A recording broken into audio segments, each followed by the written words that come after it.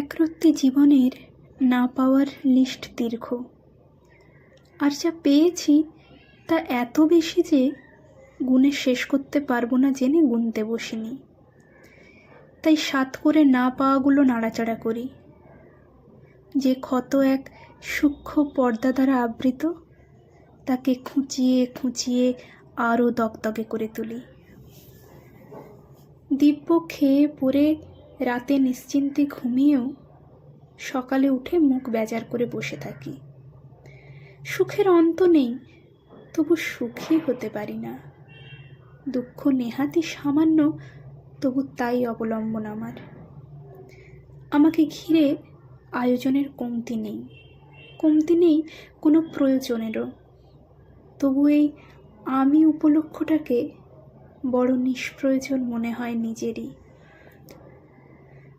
কালে ভদ্রে ভগবানের সামনে দাঁড়িয়ে হাত জোড়ো করে কি চাইব ভেবে পাই না, তবু তাকেই দায়ী করি বারবার কিছুই দিল না বলে। যা যা জিনিস করলে ভালোবাসা বোঝানো যায়, সেই রকম মানুষের সংখ্যাও নেহাত কম নেই।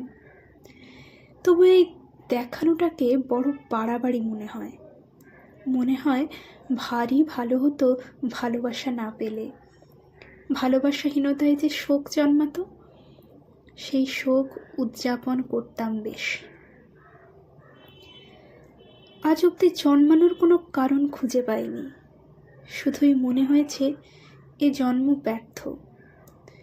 তবু যদি কোনো কিছুই না থাকতো, পড়ে থাকতাম রাস্তার জঞ্জালে অবহেলায়, তবু খুঁটে খাওয়ার মানে খুঁজতে খুঁজতে বেশ কাটত জীবনখানা। আমার সামনে কেউ পাথর রেখে দেয়নি, রাখেনি কোনো কাঁটার মালাও।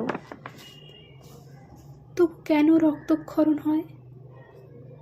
কোন অদৃশ্য আঘাতে হোঁচট খাই আমি বারবার? ভালো আছি, তবু ভালো নেই। বেঁচে আছি, তবু বেঁচে আছি কি?